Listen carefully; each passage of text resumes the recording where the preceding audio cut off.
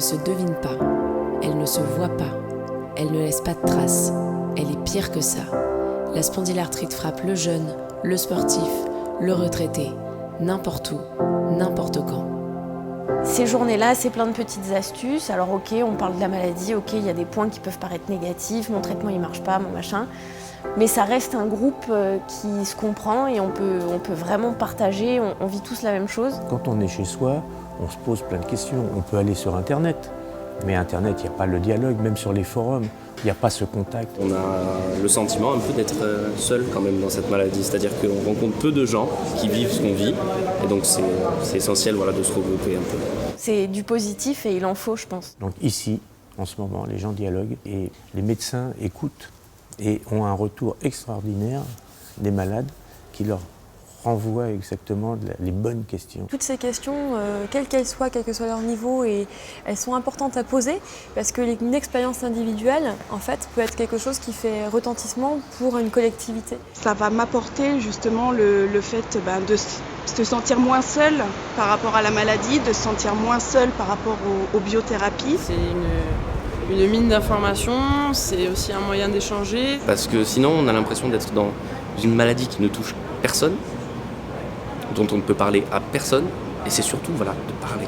Et puis de savoir qu'on mène tous le même combat finalement, et que on peut avoir des échanges et essayer de s'entraider mutuellement. Puis garder espoir, parce que là, mine de rien, on avait quand même des intervenants qui étaient, qui continuaient à faire leurs efforts et puis qui croyaient en l'avenir de la médecine. Voilà. Là, c'est un ensemble de patients et leurs familles et leurs aidants. Donc c'est un moment unique, on pourrait dire, dans l'année où cette communication réelle est possible. Je pense que c'est important pour nous aussi d'entendre ce que les patients se posent comme questions et leurs angoisses et la façon dont ça se passe pour eux les soins.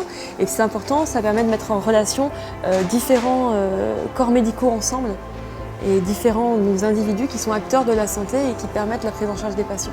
Aujourd'hui, c'est une sorte de couteau suisse de la spondylarthrite ankylosante. Toute la panoplie presque complète du parcours de soins qui est à disposition des malades.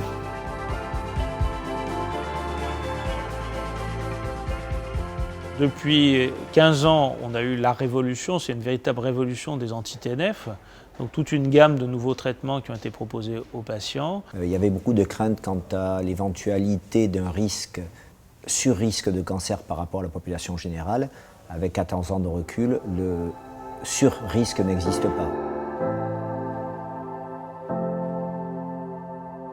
Lorsqu'on va avoir une mise sous un traitement par biothérapie, on a un risque infectieux qui est accru et qu'il faudra mieux aller voir son dentiste tous les 6 mois pour pouvoir réaliser une bonne prise en charge.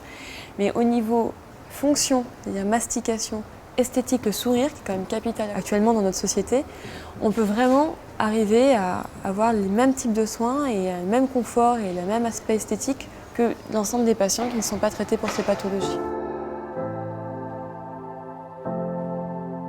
L'évolution de la maladie va aller vers un envoûtement, il va aller vers un refermement sur soi, va aller vers une capacité respiratoire qui va diminuer.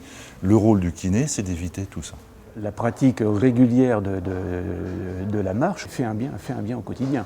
Faut se trouver une occupation, il faut se libérer l'esprit pour ne pas penser à 100% à la maladie. Il faut croquer la vie. Hein. Elle est courte, il faut la croquer, c'est tout, quoi. Voilà.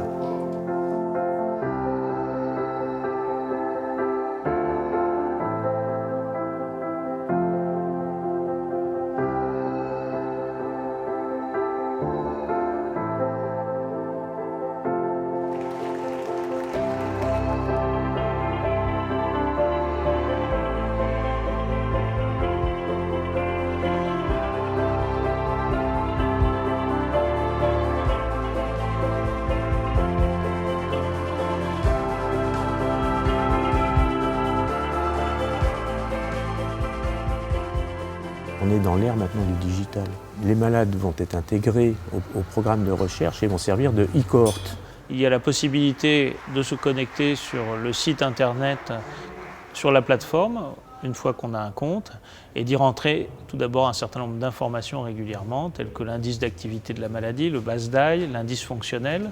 Là, on va avoir les retours directement, au moins les questions vont arriver sur l'ordinateur, la tablette, le téléphone, on va pouvoir faire des retours très rapides. Pour le côté recherche et chercheur, c'est vraiment là pouvoir interroger, mobiliser les patients, avec leur accord, bien entendu, mais vraiment là, avoir accès à des bases de données de patients et de leur suivi, de leur quotidien de maladie et de leur histoire de maladie, qui n'existent pas à ce jour nulle part dans le monde. L'interactivité entre les chercheurs, les rhumatologues, les malades.